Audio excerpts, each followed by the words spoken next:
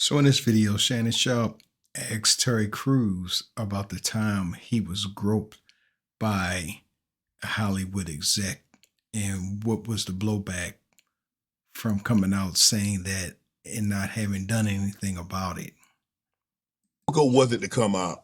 Because you said a Hollywood exec groped you. Yeah. And that's not easy for a man, especially a man of your stature. Right. And then all of a sudden the fabrications of the stories that started being fabricated about you. Yeah. Did you think, because you said anytime you come out with something, you've already calculated the risk and the cost Yep. of whatever you're going to say or do. Yeah. Did you think you would get the kind of blowback because I don't think a whole lot of people believed you. Yeah. I knew it was going to be strange. First of all, if it hadn't happened to me and I heard it, I'd have been like, man, what is this dude talking about? Mm-hmm. That's why I never got mad. I couldn't get mad at people going, man, what are you doing, man? Big ass Terry Crews. Right. But see, I'd already been through probably 8 years of therapy, me and my wife. No, Terry Crews, we're not talking about what you had been through. We're talking about the instant it happened. You didn't respond as a typical man would respond. I don't care about the money. I don't care about catching an assault charge. There is no jury that would have convicted Terry Crews if he was sexually assaulted like that in front of his wife by another man and he pummeled that man in retaliation. No jury would have convicted him of any crime of assault. If anything, the perpetrator would have been arrested for sexual assault.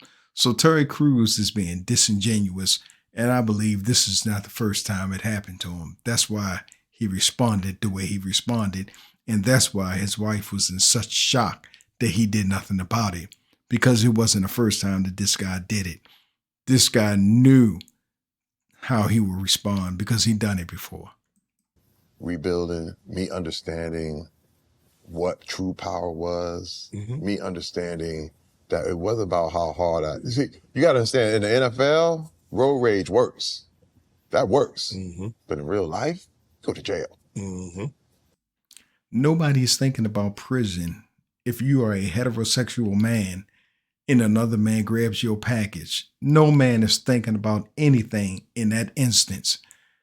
You're talking about a thought that will have to take its course in the time span of at least 2 minutes before you can ponder that. No, this is instantaneous, the response of a person. If you even bump into another man from the back, he's going to turn around with a heightened level of anger if you don't explain yourself properly on why you bumped into him from the rear. So Terry Crews is being disingenuous. He's being very disingenuous. This man has experienced this before. Real life, hey man, you do what you did on the NFL football field, you do what you did in MMA, you going to jail, straight to jail. Right. Jail full. No, you're not. That was like, I ain't taking that. Right. And I No, it's realized, not. because my wife made me promise. She said, Terry, because she, I used to have hair trigger and temper and be fighting people. And she was like, man, what are you doing? She's like, we're going to lose everything.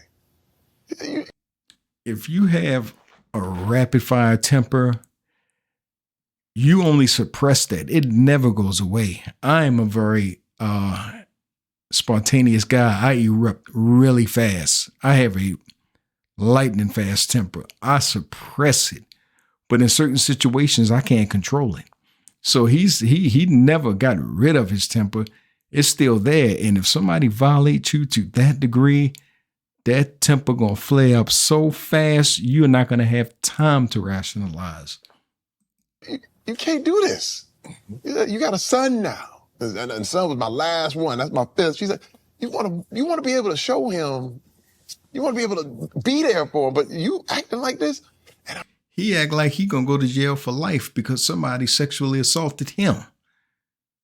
He's saying like he's gonna victimize the guy that victimized him. That sounds crazy. I realized something. And I said, man, there's much more power in thinking your way out of situations than fighting your way out of them. And this was blew me away. It's because my wife was right there. And I remember we went home and I was like, this is bullshit. I was like, I can't believe this. She said, Terry. You said, ain't a woman in your life ain't been through that shit. Yeah, Terry, but you're not a woman. You're a man. You're supposed to protect your woman. She should feel like you can protect her. How is she going to feel protected if you don't even protect yourself? How are you going to stand up for her if you don't stand up for yourself? She looked at you in that moment as a weak man who can't possibly protect her after being violated by another man like that in her presence. So stop with the nonsense, Terry. It's total nonsense. You can't talk your way out of it.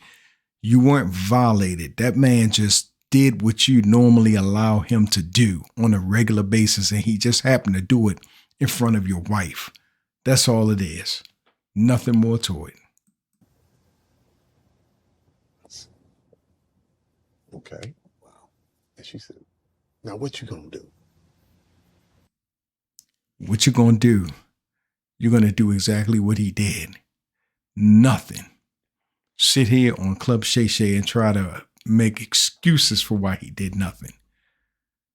This is a classic example of a weak man scared or just got caught with his cock in the cookie jar. So leave a comment. Let me know what you think on this. Hit that like and subscribe button. Thanks.